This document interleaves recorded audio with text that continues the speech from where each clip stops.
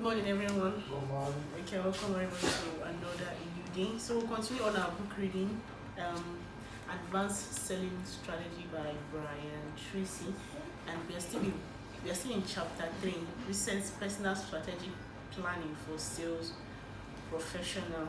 So far, we've been reading on situation analysis, analyzing situation, personal analysis, company analysis, career analysis, success factor, and the rest of it. So yesterday when we stopped on company analysis, it was just basically telling us to know what the trends are in your company to be a successful salesperson or to be a successful sales professional.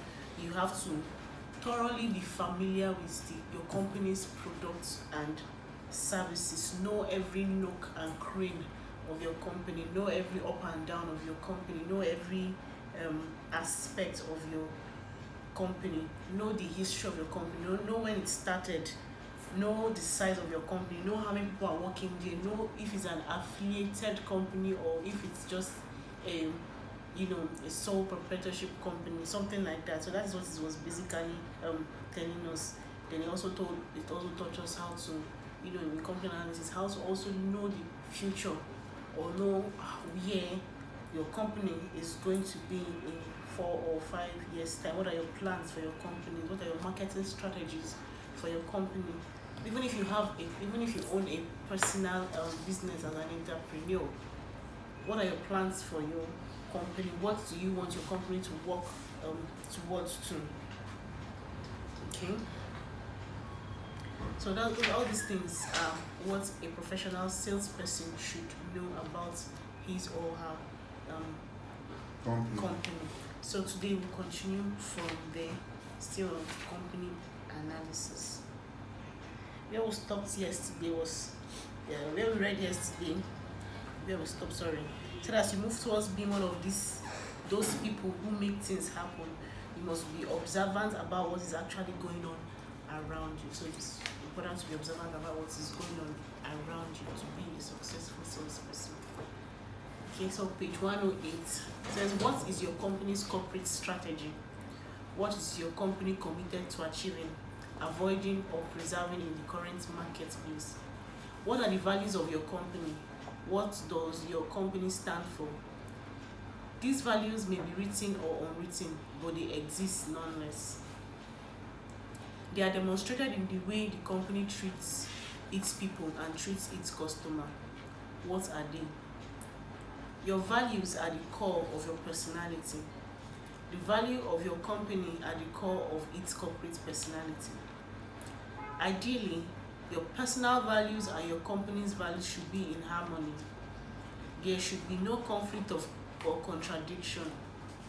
In fact, it is difficult for you to sell at your best if you find yourself working for a company that has values with which you don't agree. So decide what your values are and then find out what your company's values are. Make sure they fit together. What is your company's marketing strategy? What is your company's unique selling proposition? What is its area of competitive advantage? What is its area of uniqueness or excellence? What does your company do better than any other company?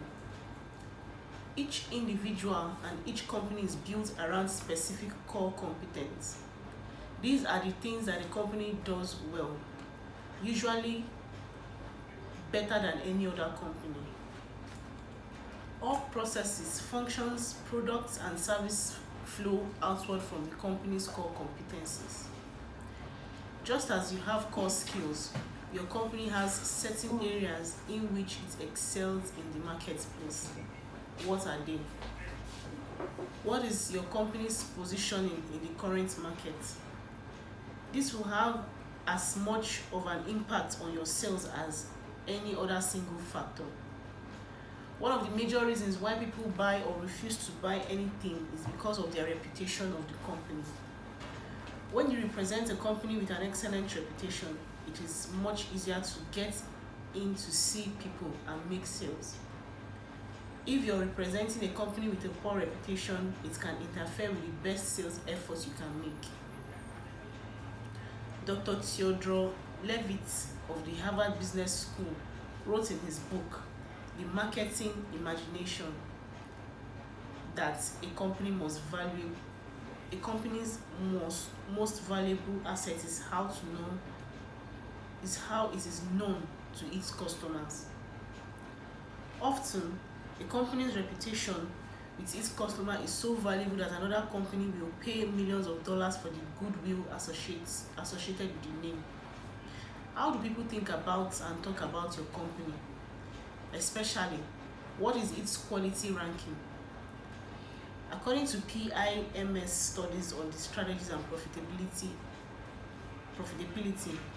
analyzing 620 companies over many years, the most important single variable determining corporate profitability is its quality rating among its competitors. Imagine that your company is ranked number 4 out of 10 companies in your business. That means that there are 3 companies that are perceived to be better than your company in terms of quality products or services, and there are 6 companies that are perceived to be worse. This ranking will usually determine the sales and profitability of each of the companies. Where does your company score? By the way, quality is defined by the customer.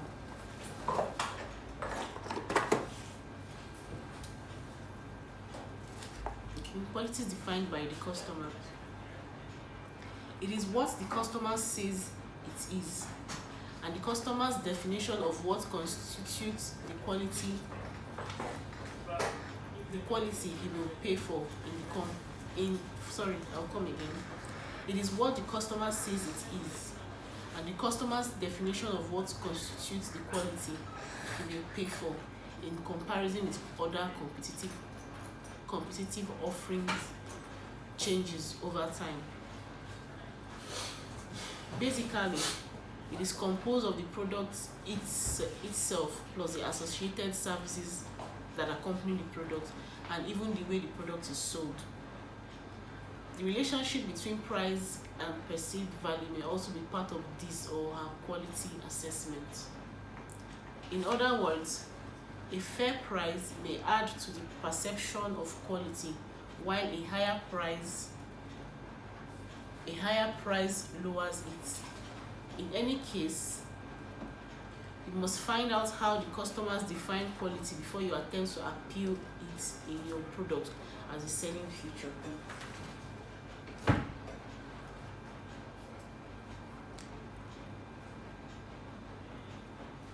You also have a personal quality ranking within an organization. All the salespeople within the company are ranked, either formally or informally, from the best to the worst. What is your personal quality ranking? What is ahead of you and who is behind you? And here is the key question: how can you improve your quality ranking? What can you do to get better? There's a direct relationship between your sales, your income, and your quality ranking. One of your goals must be to move up towards the top position, and you don't have to jump from number 5 to number 4. All you have to do is to go from number 5 to number 4. Then you can move up to number 3, and so on. Your commitment to improving your quality ranking in your company is just as important to your personal success as your company's commitment to improving its quality ranking in the marketplace is important to its success. How can you do it? Okay, so we'll stop here for our reading today. Still on company analysis, where we started from. So what is your company's corporate strategy? What is your company committed to achieving, avoiding, or preserving in the current marketplace? What are the values of your company? What does your company stand for? So all these questions are questions of analyzing your company. All these questions are the questions you ask when you're analyzing your company. So what are your company's values? Are these values written or unwritten? Do they exist or don't they exist? Are these values, these core competence, are they being demonstrated in the company Do they treat people well? Do they treat their customers well? Do they treat their employees well? Are these core competency or core values, does it show in the way they treat their customers or treat their employees? It also told us that your core values or your values are part of your personality.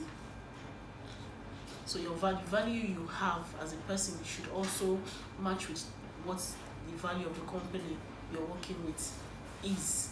That means your company's value and your value should also be the same thing. If not, you won't be effective in that company and you won't work well. One, you feel is either you feel like you're not doing the right thing, or you feel like I don't belong to this place. This is not part of me. That is when it says that your company's value and your personal value should align.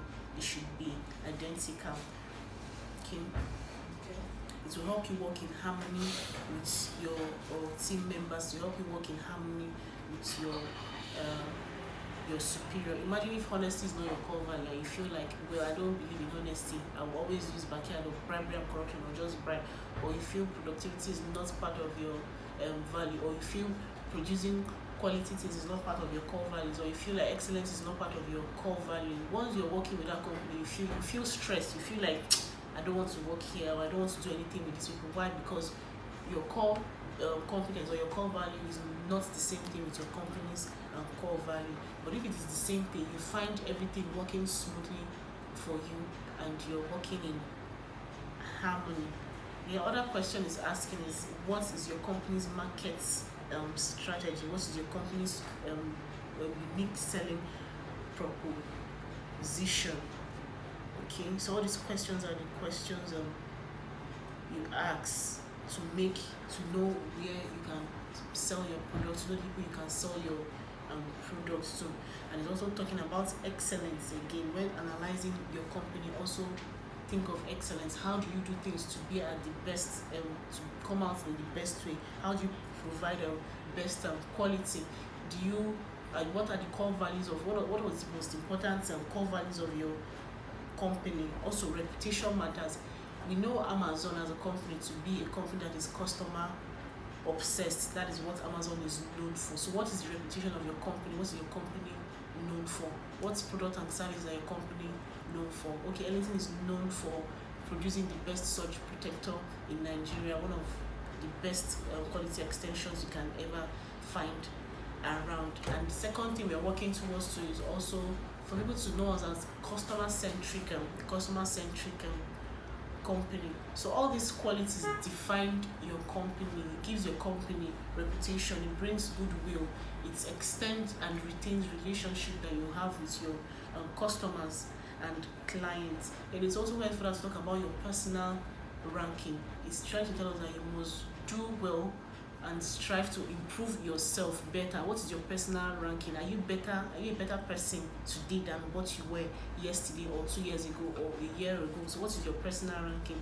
Even within your organization, what is your personal ranking? Do you have a good relationship between your co-workers and your superior? Do you have a quality ranking also in the market place between your customers too? So all these things are company analysis. Thinking of your core value, core competence has to align with your company and also your own. So this is where we'll stop for our reading today. Thank you. Thank you.